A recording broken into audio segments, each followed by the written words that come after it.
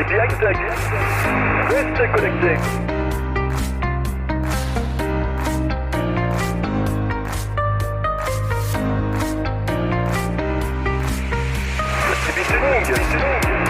Chacun son fil.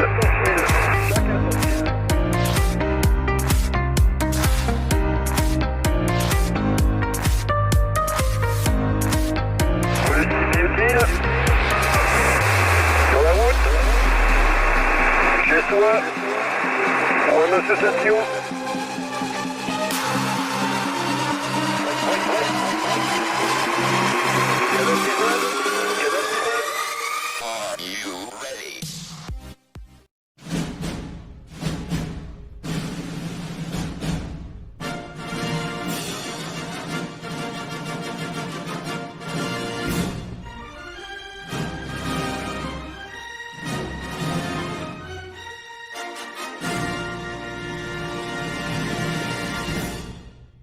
Bonjour à tous, et bien voici une petite vidéo unboxing du Balloon, donc 49 pour 1. Quel est l'avantage? Eh bien on va le voir au fur et à mesure. Alors pourquoi le Balloon 49 pour 1? Eh bien c'est pratique pour faire une antenne long fil avec alimentation au bout. Donc je l'ai reçu il n'y a pas longtemps, donc on va regarder ça de plus près. Bon, il y a l'emballage, c'est ni plus ni moins qu'une enveloppe, hein. C'est pas, on peut pas dire qu'il y a mieux, hein. Voilà, on va ouvrir ce petit emballage. Hop.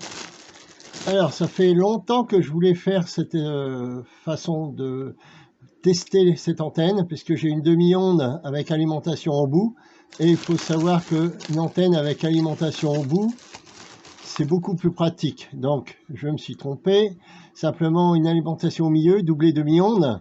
Donc quand vous faites du QRP par exemple, et ben ma foi, il faut vraiment une fixation au milieu. Donc il faut 3 points en fin de compte fixation. Voilà. Tandis que l'alimentation au bout, c'est ce qui était utilisé, on va dire la Deuxième Guerre mondiale, la plupart du temps, puisque un long fil, on l'accroche à un arbre où on peut, et l'alimentation est au bout. Donc pourquoi un Balloon 49 pour 1? Bien tout simplement pour permettre avoir 50 ohms, puisque l'émetteur-récepteur, lui, il faut 50 ohms. Voilà. Donc, au déballage, nous avons un plastique qui est anti-statique, électricité statique, c'est pas mal. Donc, je vois que c'est relativement solide, hein, puisqu'il n'y avait pas d'autre emballage. Donc, on va l'ouvrir. Hop. Voilà. Donc, 49 pour 1. Ce qui est intéressant, c'est que nous avons l'anneau de fixation pour brancher l'antenne PL259. Et là, on branche l'antenne non fil. Donc, ils ont mis 2 cosses, pourquoi pas.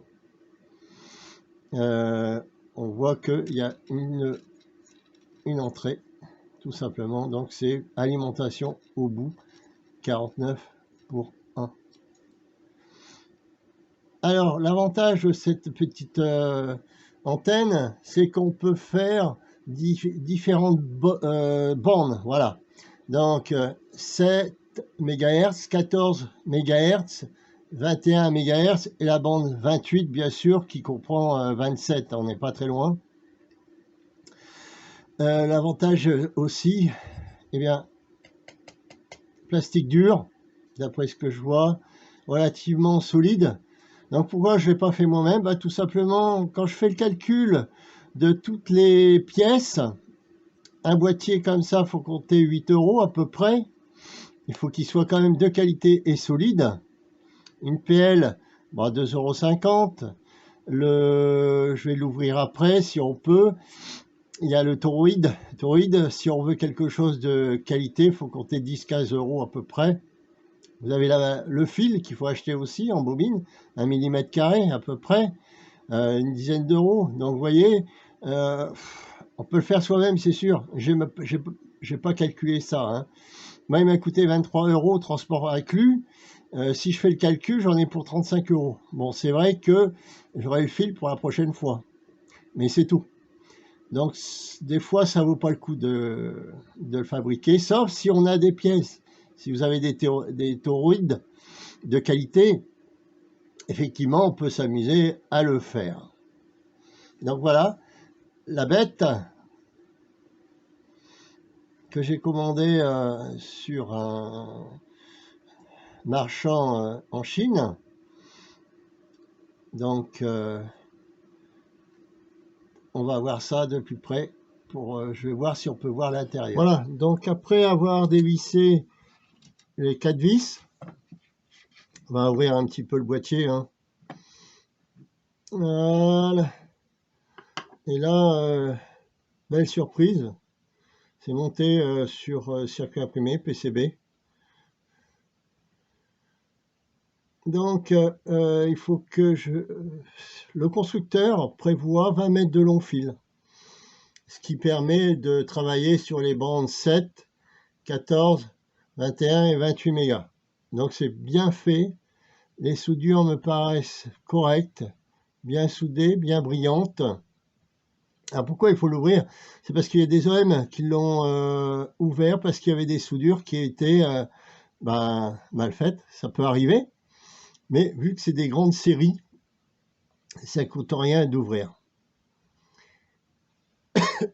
Pardon. Donc on peut voir que ici, il y a un petit Colson ou Serflex qui a sauté et qui permet de tenir le toroïde qui est de qualité. Il est grand quand même, hein. Il est assez grand. Le condensateur 3000 volts qui est au niveau de l'entrée du poste. Donc, comment ça fonctionne? Eh bien, c'est tout simple. Vous avez ici le primaire. En général, c'est 3 ou 4 spires. C'est un transformateur, hein, tout simplement d'impédance. Donc, il permet, avec un fil de 20 mètres, il ne faut pas oublier que l'impédance est élevée. Je vais parler d'une fourchette de 1000 à 3000 ohms. Il faut savoir qu'une doublée demi-onde, eh bien, aux bornes, au milieu, vous avez 73 ohms. Donc, pardon, on n'est pas loin des 50 ohms quand même si on a cette différence. Pardon. Donc la soudure ici, c'est bien faite. Ce qui est intéressant, c'est la fixation. C'est pour ça que moi, mon balloon, sur ma demi-onde, c'est un 1.1, tout simplement parce que de 73 à 50 ohms, c'est pas énorme. Là, c'est 1000, 2000, 3000 ohms, c'est énorme. Donc, je disais 3-4 spires au primaire. Et si on compte, il y a 14 spires au secondaire. Alors, on va pas les compter, quoique 2, 3, 4, 5, 6, 7, 8, 9, 10, 11, 12, 13, 14. Oui, c'est la construction qui fait que 4 spires au primaire et 14 spires total au secondaire. Donc, ce qui permet d'avoir, le constructeur conseille dans une longueur de 20 mètres. Donc moi, je vais tester 20 mètres pour voir toutes les bandes, mais surtout, celle que je vais tester principalement, c'est la bande des 11 mètres. Donc c'est bien fait, PCB. Donc le toroïde est fixé dessus. Souvent, dans les ballons on va dire, moins de qualité, il n'y a pas le PCB. Donc le toroïde est tenu par des Colson. Donc celui-ci, je vais le changer, hein. C'est pas grand chose. Pourquoi il faut l'ouvrir? Parce qu'il y a des OM qui ont aperçu que ici c'était dessoudé. Ça arrive. Ça ne veut pas dire pour autant que c'est de la longue série, hein. Donc c'est normal. Donc c'est vraiment bien fait au niveau de la qualité de ce ballon 49 pour 1. Je vous montre un petit peu. Voilà. Bien écoutez, eh bien cette petite vidéo se termine. On va faire les tests en grandeur nature dès que le temps va le permettre. N'hésitez pas à un petit commentaire, un petit pouce, et puis vous abonner aussi pour la suite, parce que je pense que ce système me paraît assez intéressant pour QRP, c'est-à-dire que vous avez ce ballon 49.1 et vous pouvez aller sur un point haut avec simplement un long fil. Il suffit d'accrocher le long fil, contrairement à une demi-onde où il faut 2 points minimum pour la fixation. Là, un point suffit. Bien, écoutez, je vous dis à bientôt pour la suite des tutos. Bonne journée, au revoir.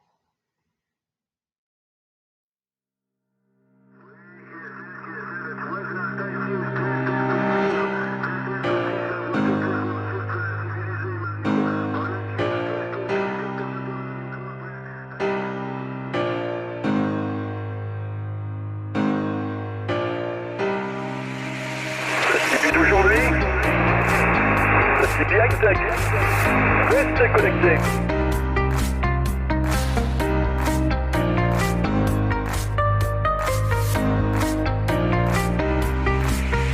L'activité longue.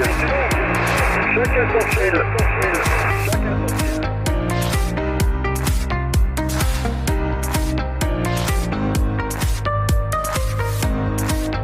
Politique utile.